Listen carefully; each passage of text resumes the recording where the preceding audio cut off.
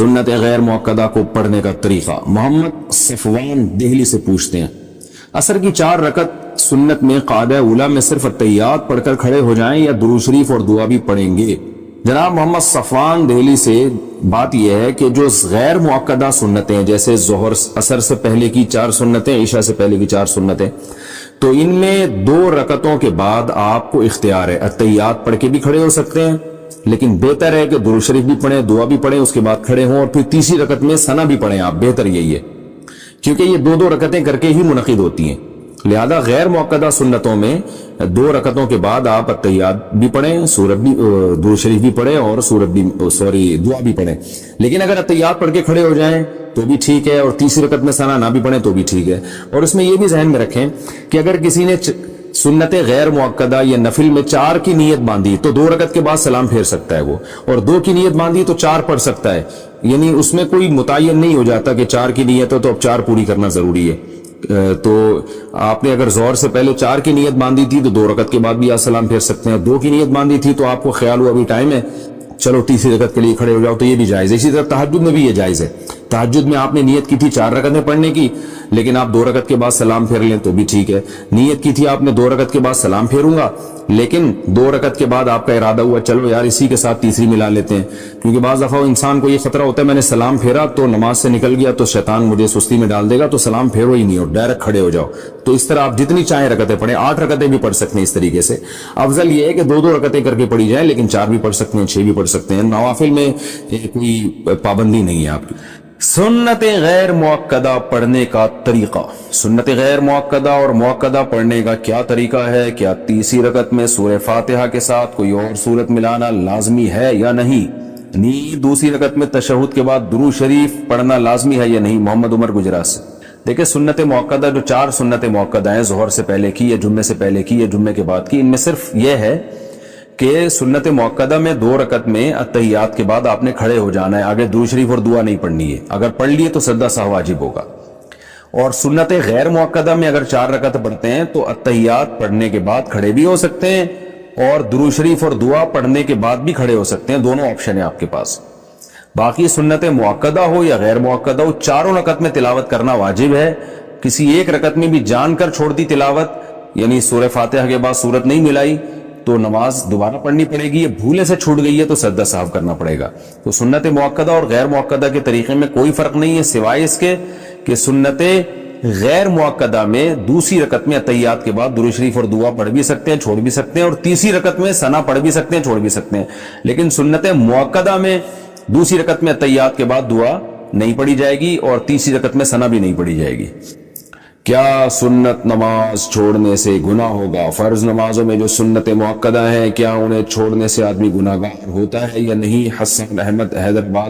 Hyderabad India سے۔ جناب حسین صاحب، سنت موقدہ جو ہے نا، جو فجر سے پہلے کی 2 سنتیں ہیں، ظہر سے پہلے کی 4، ظہر کے بعد کی 2، پھر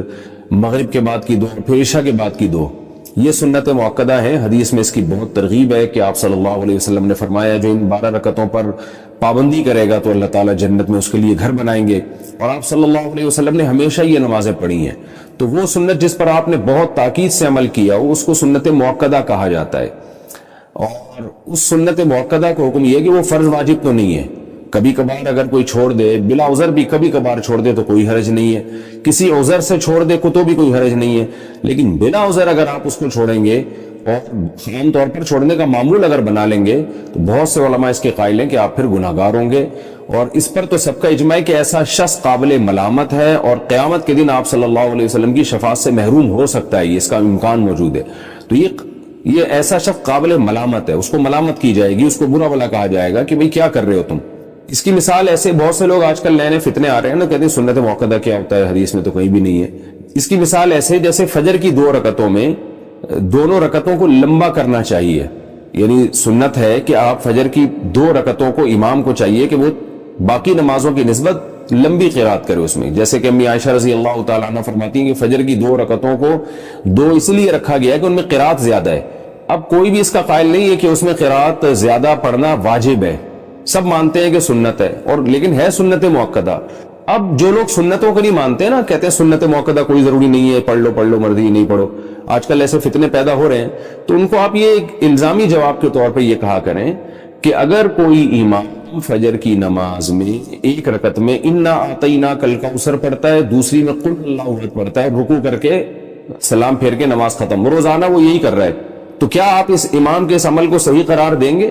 آپ یہ کہیں گے کہ امام صاحب آپ بہت اچھا کر رہے ہیں، فجر کی نماز میں پہلی رکعت میں انا اعطیناک پڑھتے ہیں، دوسری میں قل اللہ پڑھ کے 2-3 منٹ کے اندر فجر کی نماز ختم، تو یقیناً کوئی بھی نہیں کرنے دے گا امام کو۔ کبھی کوئی سفر میں جانا ہے، کہیں جلدی ہے یا سفر میں ہے تو ٹھیک ہے، لیکن عام نارمل روٹین میں آپ امام کو ایسا نہیں کرنے دیں گے۔ کیوں؟ اگر آپ امام کو ملامت کر رہے ہیں کہ بھائی فجر کو پراپر طریقے سے پڑھاؤ، طوال مفصل پڑھو، اس میں جو طویل صورتیں ہیں جن کی وہ والی صورتیں آپ اس میں تلاوت کریں، یا تلاوت کی مقدار اس میں بڑھائیں، یہ کیا ہے کہ آپ انا اعطیناک الکوثر پڑھ کے اور دوسری میں قل اللہ پڑھ کے رکوع کر لیتے ہیں۔ اگر آپ امام کو ملامت کریں اور دلیل میں یہ کہے کہ سنت موقدہ کچھ نہیں ہوتا،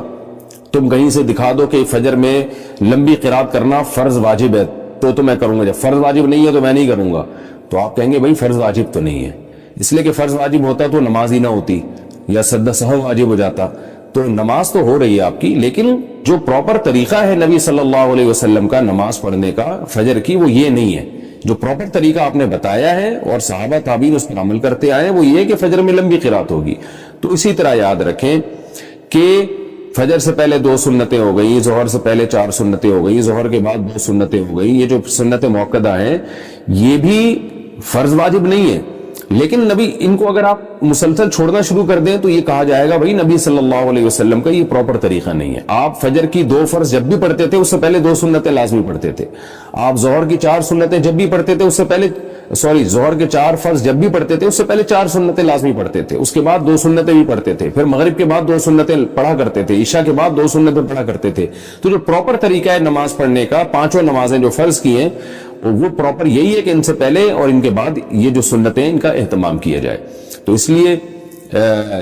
ان سنتوں کا بہت زیادہ اہتمام کرنا چاہیے، اور آج کل جو جدت پسندی معاشرے میں پھیلی ہوئی ہے کہ سنت موقدہ کا بالکل ہی لوگوں نے انکار کرنا شروع کر دیا ہے، بس فرض پڑھو اور باقی کوئی کچھ بھی نہیں ہے، تو یہ غلط ہے۔ ہاں کبھی جلدی ہو، سفر میں ہو، کبھی یعنی سفر میں بھی ٹریولنگ کے دوران اس میں آپ سنتیں چھوڑ سکتے ہیں۔ سفر میں کہیں آپ نے اسٹے کیا ہوا ہے تو اور آپ بالکل سکون کی حالت میں ہیں تو وہاں بھی سنت موقدہ پھر سنت موقدہ ہی رہتی ہے۔ اس کی مثال ایسے جیسے آپ کہیں سفر کے لیے جا رہے ہیں نا، تو راستے میں انسان کو جلدی ہوتی ہے، افراتفری ہوتی ہے، تو وہاں سنت موقدہ نہیں پڑھنی چاہیے، چھوڑ دینی چاہیے۔ لیکن کہیں آپ پہنچ گئے، آپ نے کا اسٹے ہے وہاں، آرام سے آپ نے 1 ہفتہ گزارنا ہے، تو آپ سکون کی حالت میں ہیں، تو پھر سنت موقدہ وہاں پر سنت موقدہ ہی بن جاتی ہے، کیونکہ سنت موقدہ کا تعلق اس سے ہے کہ حرج ہو رہا ہے کہ نہیں ہو رہا پڑھنے میں، تو جہاں حقیقت میں حرج ہوگا وہاں سنت موقدہ چھوڑی جا سکتی ہے، جہاں نہیں ہے تو وہاں نہیں چھوڑی جا سکتی۔ تو کبھی کبھار کوئی چھوڑ دے تو کوئی حرج نہیں ہے،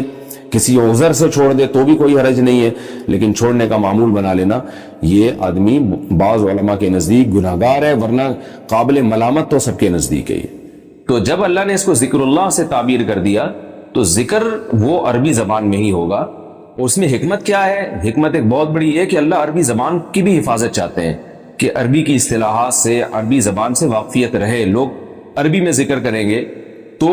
عربی زبان تو اسلام کی سرکاری زبان ہے نا، اس کو بھی تو محفوظ رکھنا ہے اللہ تعالیٰ نے قیامت تک کے لیے، اس بہانے لوگ عربی سے مانوس رہیں گے۔ تو رہا یہ مسئلہ کہ جی خطبے کا جو بنیادی مقصد ہے وہ تو واضح نصیحت ہے، تو یہ اشکال تو یہاں بھی ہوتا ہے کہ جب ہم ذکر کرتے ہیں سبحان اللہ والحمد للہ ولا الہ الا اللہ اللہ اکبر، اس کا بنیادی مقصد ہے اللہ کی بڑائی، تو یہ اپنی زبان میں ہوگی یا عربی میں ہوگی؟ یقیناً اپنی زبان میں زیادہ اچھی طریقے سے انسان اللہ کی بڑائی کر سکتا ہے، لیکن پھر بھی علماء کیا کہتے ہیں، سب کا اجماع ہے کہ بھئی عربی میں کرنی چاہیے، جو تسبیحات منقول ہیں عربی میں ہونی چاہیے۔ تو نماز کے بعد آپ 33 دفعہ سبحان اللہ، 33 دفعہ الحمدللہ، 34 مرتبہ اللہ اکبر پڑھتے ہیں۔ اب آپ 33 دفعہ سبحان اللہ کے بجائے آپ 33 دفعہ یوں کہ اللہ ہر عیب سے پاک ہے، اللہ ہر عیب سے پاک ہے، اللہ ہر عیب سے پاک ہے، اور دلیل آپ یہ دیں کہ مقصد تو اللہ کی کبریائی کو بیان کرنا ہے، تو عربی میں تو سمجھ میں نہیں آ رہا تو میں اردو میں بیان کروں گا، کیونکہ اس سے دل پہ زیادہ اثر ہوگا اپنی زبان کا۔ لیکن یہاں یہ دلیل نہیں چلتی، ہم کہتے ہیں جو چیزیں منقول ہیں، معصور ہیں، وہ ان کو ایسے چیز رکھا جائے گا۔ آپ سبحان اللہ کا مطلب سیکھ لیں، یہ آپ کے لیے ضروری ہے کہ سبحان اللہ کو چینج کرنے کی کوشش نہ کریں، الحمدللہ کا کی میننگ آپ سیکھ لیں، یہ زیادہ بہتر ہے۔ بجائے اس کے کہ آپ الحمدللہ کا لفظ ہی چینج کر کے آپ یوں تعریف شروع کر دیں، تمام تعریفیں اللہ کے لیے، تمام تعریفیں اللہ کے لیے. ٹھیک ہے، ویسے عام نارمل حالات میں آپ اردو میں کریں، لیکن جو منقول الفاظ ہوتے ہیں ان کو ایسے ہی رکھا جاتا ہے. آپ صلی اللہ علیہ وسلم نے جو خطبہ دیا وہ عربی میں دیا اور اس کو ذکر اللہ سے تعبیر کیا، اور یہ جمعے کی نماز کا ایک حصہ ہے، یہ تو ایز اٹ از رکھا جائے گا جیسے آپ صلی اللہ علیہ وسلم سے منقول ہے. ہاں ایک اس میں ہو سکتی ہے کہ ہے تو بہرحال یہ نصیحت ہے تو واعظ، یہ تو میں نے اس کا جواب تو آپ کو دے دیا کہ اگرچہ واعظ ہے مگر ہے یہ ذکر اللہ اور اس کے ساتھ جڑا ہوا ہے. ایک اور دلیل جو اس سے بھی زیادہ واضح ہے وہ یہ ہے کہ یہ دلیل صحابہ کی سمجھ میں کیوں نہیں آئی. قرآن مجید میں اللہ تعالیٰ کا ارشاد ہے کہ مشرکین مکہ یہ کہا کرتے تھے لو کان خیرا ما سبقونا الیہ، یہ قرآن کی آیت ہے کہ اسلام اگر خیر کی چیز ہوتا تو یہ صحابہ ہم پہ سبقت نہ کرتے بلکہ ہم اس میں پہل کرتے. یہ مشرکین کا نظریہ تھا. ہمارا صحابہ کے بارے میں نظریہ یہ ہے لو کان خیرا لسبقونا الیہ، کوئی بھی کام اگر خیر کا ہے تو صحابہ نے ہم پہ سبقت کی ہے. ہم دیکھتے ہیں اسلامی تاریخ میں صحابہ پوری دنیا میں پھیل گئے، وہاں عجم بھی بڑی تعداد میں تھے، ایران گئے، عراق گئے، مصر، اس وقت تو یہ عرب کنٹریز نہیں تھے، پوری دنیا میں صحابہ گئے ہیں. پھر صحابہ کے شاگرد گئے ہیں، ان کے شاگرد گئے ہیں. کوئی ایک ضعیف روایت بھی نہیں ملتی کہ کسی نے وہاں کی مقامی زبان میں خطبہ دیا ہو. حالانکہ ان تابعین